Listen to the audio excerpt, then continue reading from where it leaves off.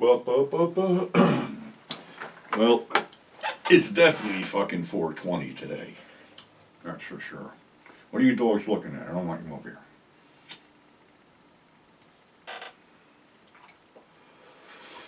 Got one dog that likes weed or tolerates weed, and another dog that basically doesn't like the fucking smell of it. And it's sad, but what can I tell you? But anyway, I was contacted by an old friend of mine, Steve Bissett, whose name you should know. If you don't, look it up, because he's a great writer, a great artist. And like I said, we connected years ago with the conventions, when the conventions were cool. Oh, my fucking ashtray. No ashtray. Wonderful. Anyway, he's been putting out this cryptoid cinema thing, and he emailed me about doing something about Bigfoot porn. And I'm like, all right. What do you mean by Bigfoot porn? So hold on a second. Something to the effect of, I guess, white pongo type stuff, or I'm trying to think what else there was. The Beast. Bunch of strange shit. So I said, look,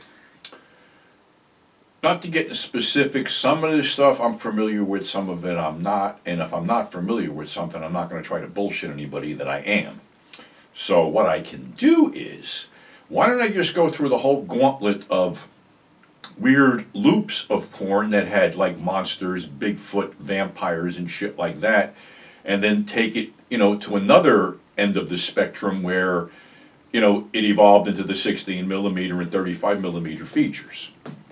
So that's what I've been doing all day. So I've been like looking through a lot of porn, and a lot of weird shit's been going on, but I'll share that with you. Because, okay, people bought Extreme Sleaze Showcase 1 to 3 and saw all the crazy shit on that. But you have to realize that at a certain point in time, I had close to 1,000 loops in my collection of stuff here. Swapping them, buying them, trading them, whatever. So the loops were always here. And the problem arose is you can only put out, so many of these through alternative cinema, after hour cinema. And to basically do what other people did is basically, they flooded the market with no rhyme or no reason. Like somebody tried to knock me off with 42nd Street Peeps, which basically, number one, you weren't getting more bang for your buck at all. And number two, they were just cranking the shit out with no fucking rhyme or reason. So I would like to think I do a little better job than that. But anyway, I had a lot of these laying around, and it became apparent that I'm not going to be able to put all this shit out.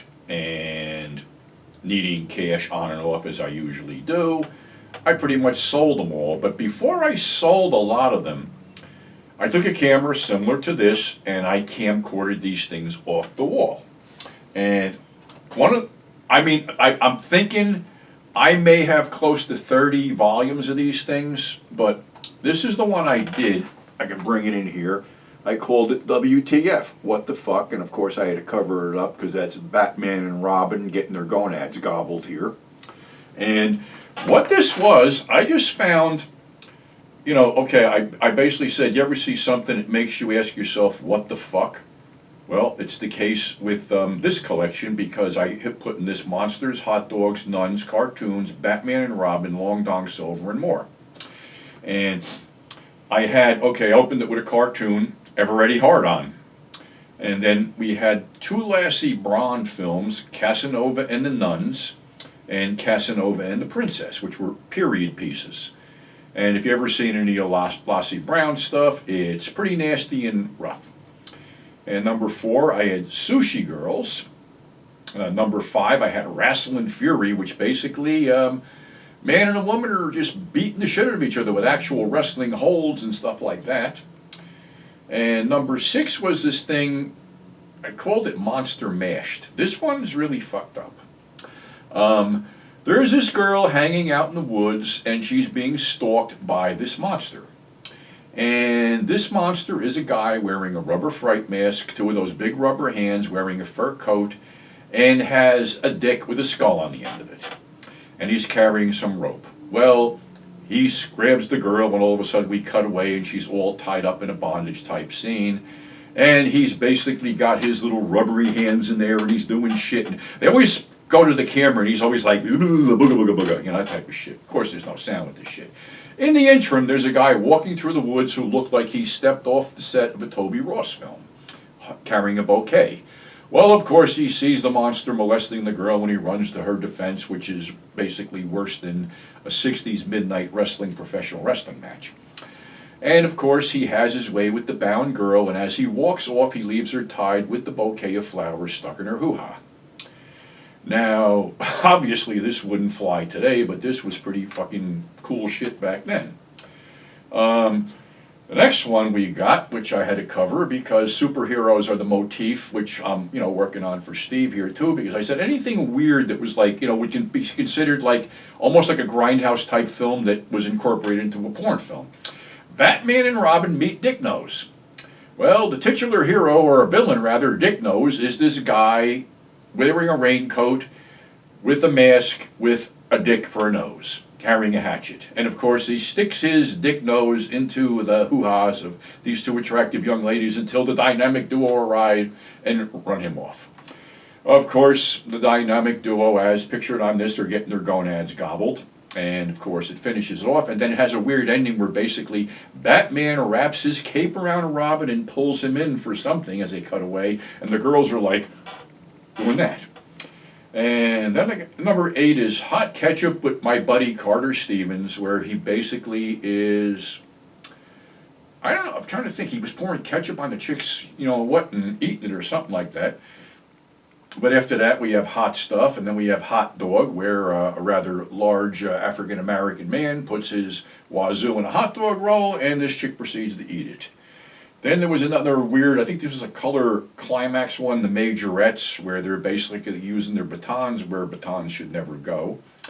Number 12 was Fingered for Lust.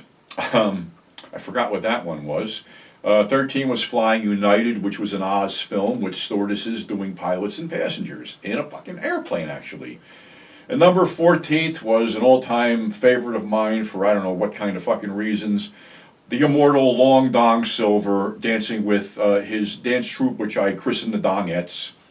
And it's Long Dong, and he's out there in a white jumpsuit with these chicks getting naked, and all of a sudden, Long Dong's out there swinging it around, and over his head like a fucking lasso and shit like that. And it's like, I don't know, it's just one of those weird time capsules from the 70s because as far as I know, Long Dong was just that, long, and it was a dong, and it really didn't go anywhere. I remember there was some electric video release with, I think Sika was like holding it, and what else can you do with it?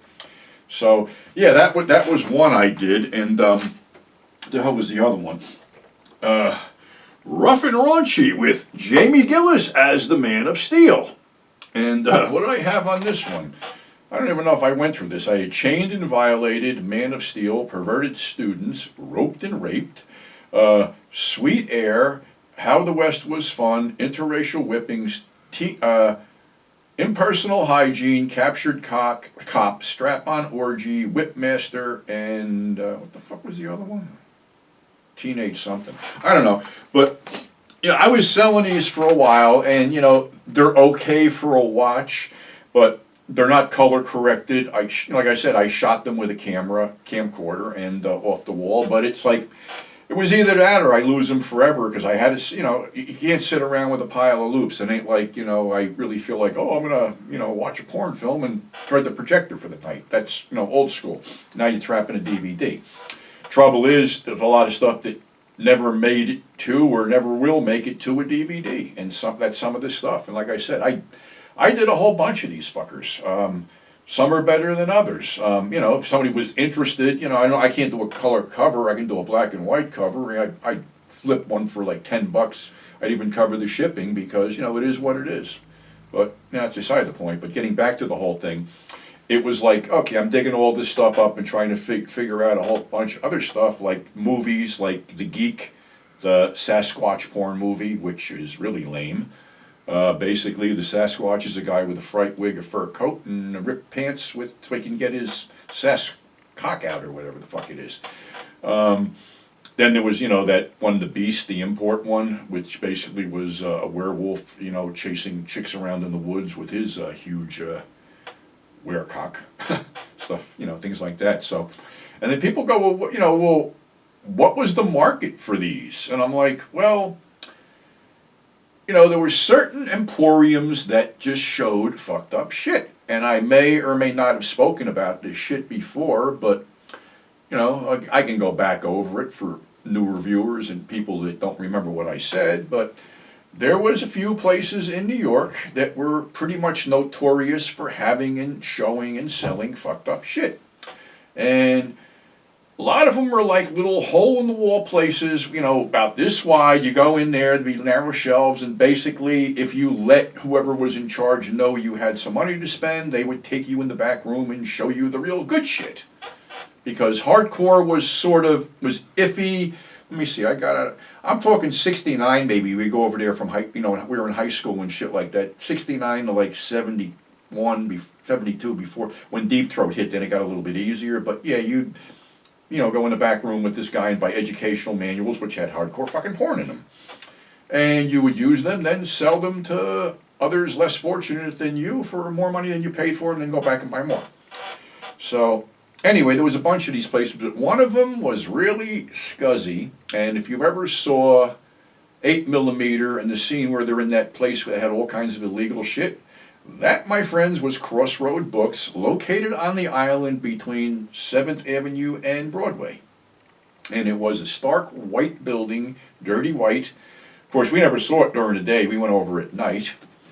And basically, it was just fucked up. And you'd walk in and you'd be hit with this pulsing music, flashing strobe lights, rows of peep booths with poster board signs over them, like one with white girl with black dog, black girl with white dog, girl with pig, and then oink oink written on the sign, and then the infamous Barbra Streisand blowjob movie, and some S&N, some B&D, some whatever, and then the showstopper was Snuff, the bloodiest film ever to run on Times Square. So there's three of us, we're drunk, but like I tell people, I was never that drunk over there where I was falling down drunk, because then you're a fucking mark for getting taken off. And no, I always had my wits about me, even though I had a slight buzz on, or whatever buzz on. So the three of us cram into this fucking booth and start feeding it quarters. Well, it starts off innocently enough with this chick getting whipped. Then we're into it about 75 cents when a steak knife appears in somebody's hand and goes into a place where no steak knife should ever go. That was sort of the end of that shit, because one of us was ready to puke and I had seen enough at that point. People ask me, because I know Dave Friedman told me this, that basically the snuff film was created by the Catholic Church, basically telling people that there were films floating around where women were, forced to have sex and then were being murdered after the sex act. Okay, so of course, Dave, being the entrepreneur that he is, and with the connections in New York, they made fake ones. I have seen fake ones. They're blatantly fake. They're basically set up so you would basically piss away $9 in quarters before you get to the payoff. But in all the days and years, now we're going on decades of going through fucking loops and shit like this, I've never seen that film anywhere. I've seen stuff that I used to sell back in the 70s. I've seen stuff that I saw in Boots in the 70s, but I've never seen this film anywhere else but there. Which really makes me question, because there was no special effects makeup back then. And like I said, one of my early jobs was I was an apprentice meat cutter. And this shit looked fucking real to me. It really did. So again, I can't prove or disprove it, but who the fuck knows what somebody might have done, what somebody might have snuck in. But Dave told me, and I actually have one I'm going to put out down the road, I hope. It just shows how fake it really is. But, they would, there was a whole thing, an urban legend was that Crossroad Books was firebombed in the middle of the night. Number one, I think that place was open 24/7. Number two, the real story was that basically, City of New York wanted that gone, Jax's Three Ring Circus, and some other titty bar that was out of hand gone. You know, it was more than obvious that people were being paid off to keep these fucking places open. So every once in a while, I guess there had to be a good faith move by both parties to get rid of ones that were really fucking annoying.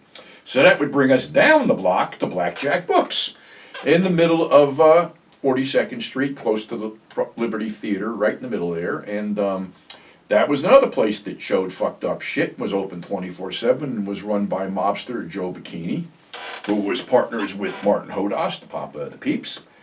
And that was another one that, you know, basically, the only reason I know it was open 24/7 was because I was over there, and a couple times I had to bring somebody. I think it was Kevin from Chiller was taking a train somewhere, and the train left at 6, and for some reason we got over there like 4:30 in the morning, figuring we would hit traffic that we didn't. So we strolled up there and went in, and it was like the remnants of the night before. There was a passed out transgender person hanging over the counter. There was sawdust on the floors. There was people creeping about. Of course, the guy behind the counter yelled at us to pick up the books with both hands. Yada yada. So, yeah, it was it was one of those places that never cleaned up its act. They had a history of getting busted. The booth girls would turn tricks in the booths. You know, in the live window peeps, they take the glass out, and these chicks would turn tricks through there. So yeah, it was a real den of iniquity. And what happened was Joe Bikini was supposed to meet Marty Hodas to go buy another bookstore, and Joe never showed up, and they found him in the trunk of a car at his used car lot in Brooklyn. Unsanctioned mob hit or something like that. So that was the end of that, and I don't think Blackjack stayed much longer. I think the last one that was on 42nd Street that was another like freak show motif, and here's the weird thing. There was Hubert's Museum, which had a freak show in it. Tiny Tim started there. They had a flea circus. They had a shooting gallery in the basement. Not drugs, 22 rifles with, you know, the tin ducks and shit. And on the site of that was Peepland or People-Rama or whatever the fuck it was. It was a huge fucking place. And you know, they may have started with the loop shit and everything went to video, and of course they started bringing in this video from overseas, which basically had nothing but explosions of bodily fluid, hands and fists and feet being stuck into orifices that should never been stuck in before, and animals doing things to people and people doing things to animals, and S&M, B&D, and water, you know, you name it, it was there. And they also had a live peep in the basement with a circular thing with no windows where a chick would walk up and basically stick her ass in your face and, you know, want money. So, yeah.